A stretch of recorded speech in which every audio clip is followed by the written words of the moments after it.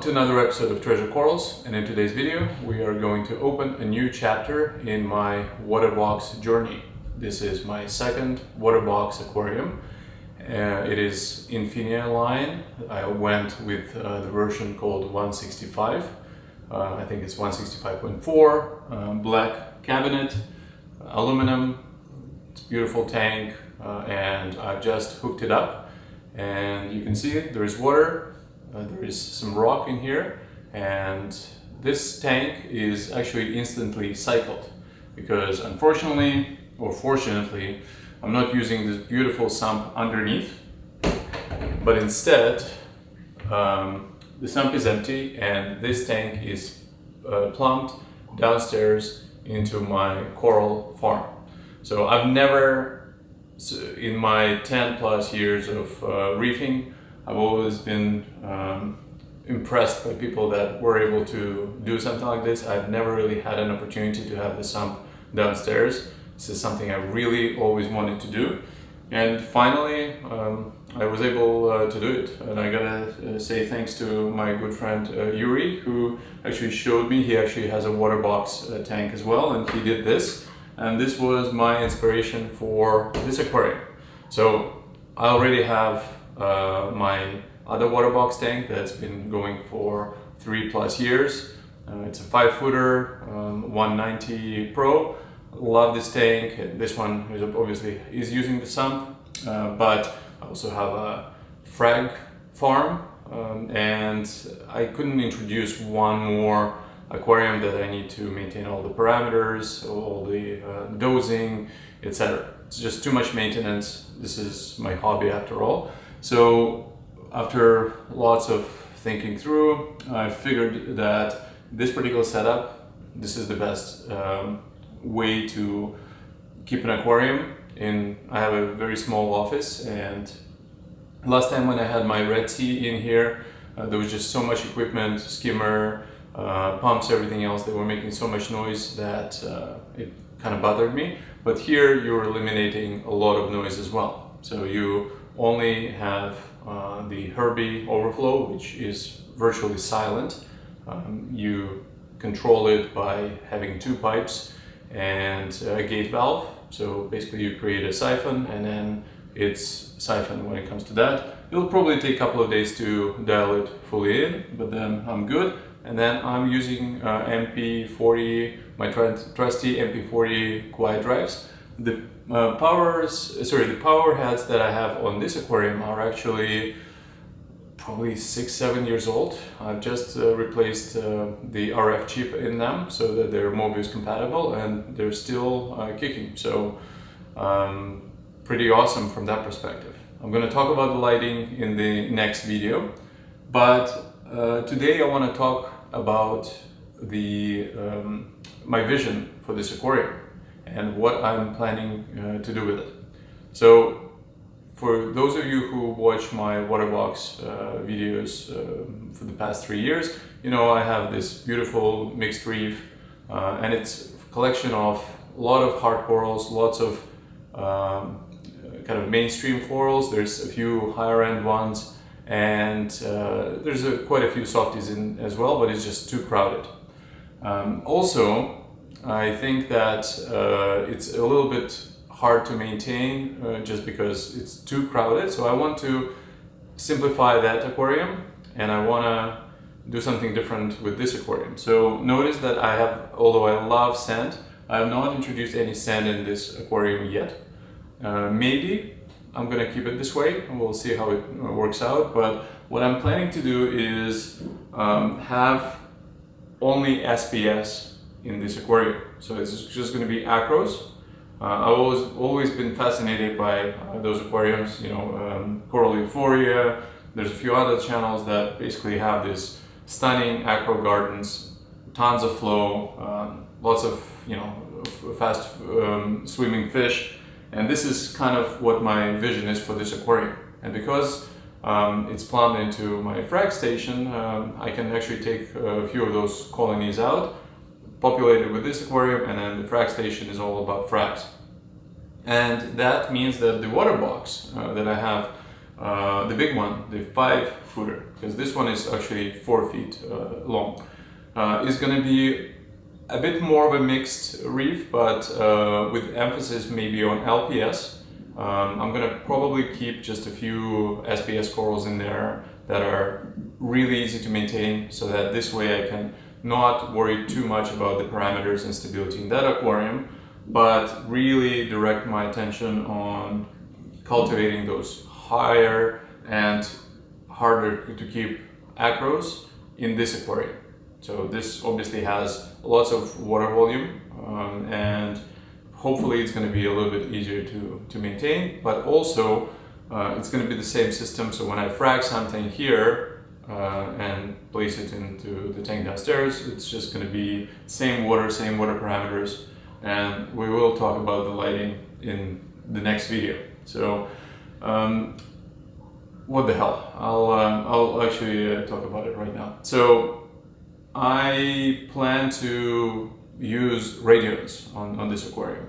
So my other aquarium is all about aqua illumination lighting. I love that lighting, and the Hydra 64 HDs have been phenomenal. So I don't want to change anything there. But I've always, because I've been using radiance to light my frag tank, I've been very curious about the radiant lights. I love them. I love the new spread. I love the G5 model and the blue especially.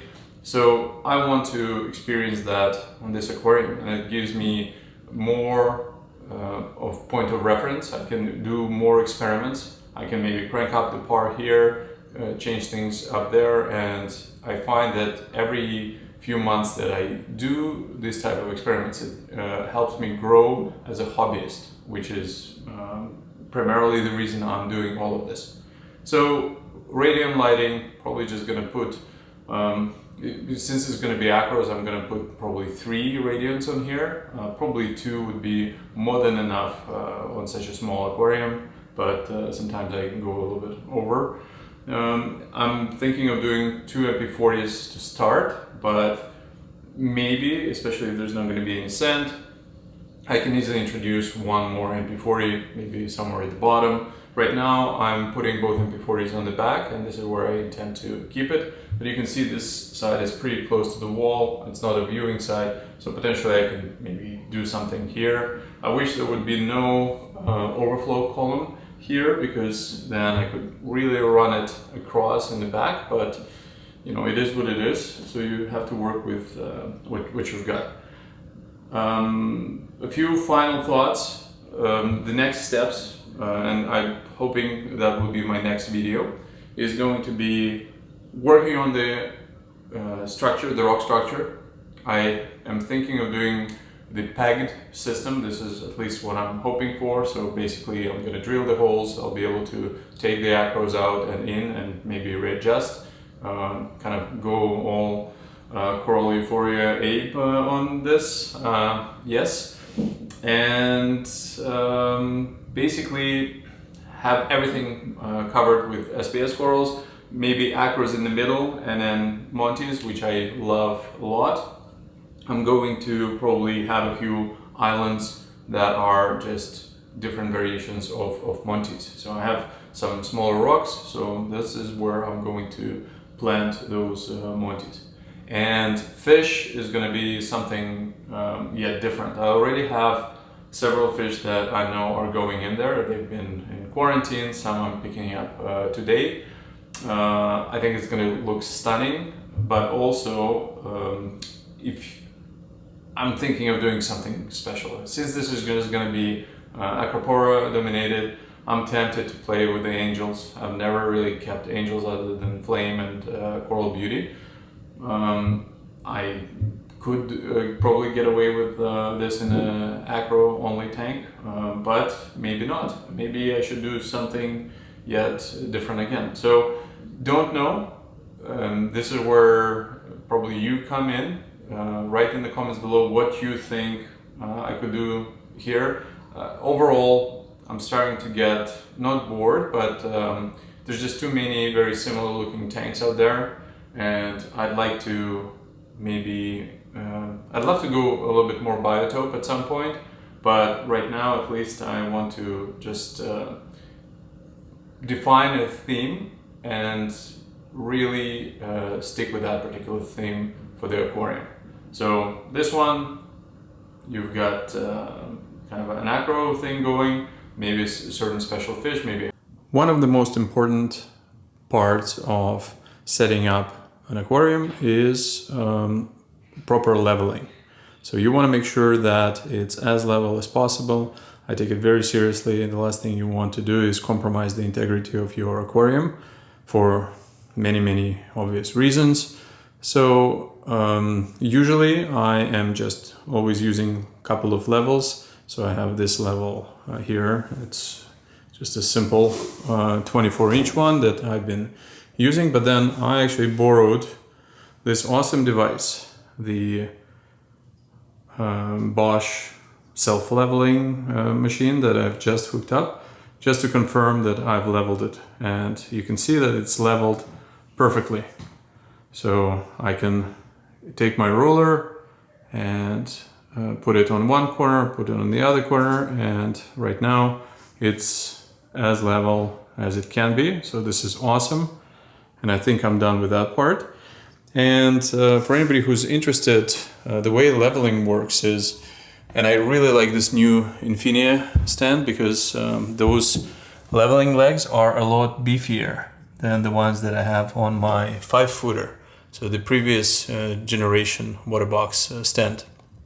So they're huge, they're a lot easier to adjust, and they seem to be a lot more solid, and there's a lot of them. So I've leveled all of it. I've also leveled behind the stand, so I actually moved it, made sure that it's all level, and I've verified that under each leg I cannot even put a piece of paper. So to me that's pretty good. Now let's take a look at the other side of building a tank, is plumbing. So as I have mentioned before, I am thinking that I will hook it into my coral farm downstairs in the basement. So you can see I have already hooked up one pipe, and I'll explain right here what the rationale is and what I'm doing. So you can see it's a Spaflex. It's a 1-inch, and I've already plumbed it into the return.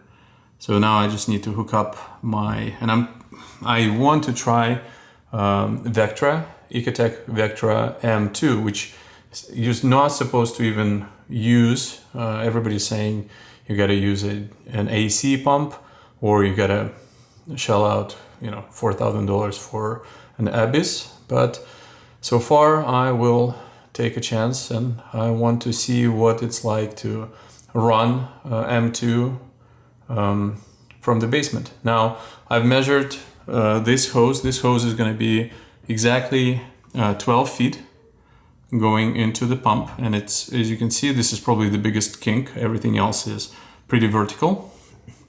I've also done my research.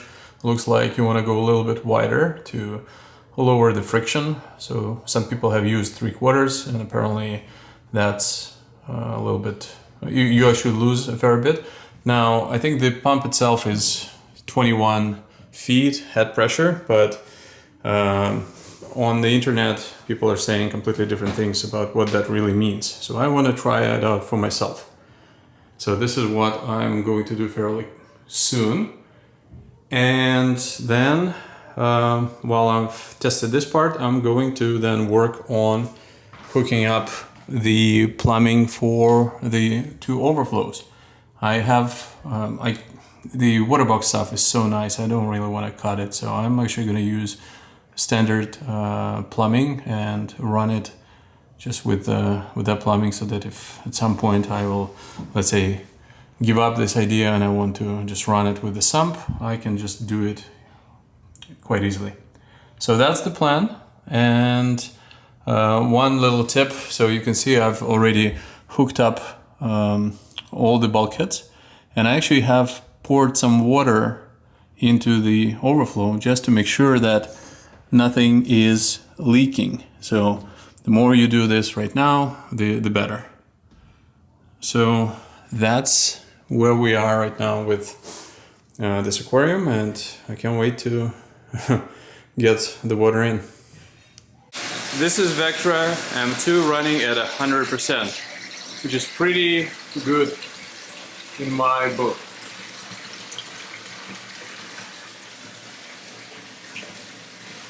Well, I hope you've enjoyed today's video, and if you have any comments, please write them below, and make sure to like and subscribe. See you next Sunday.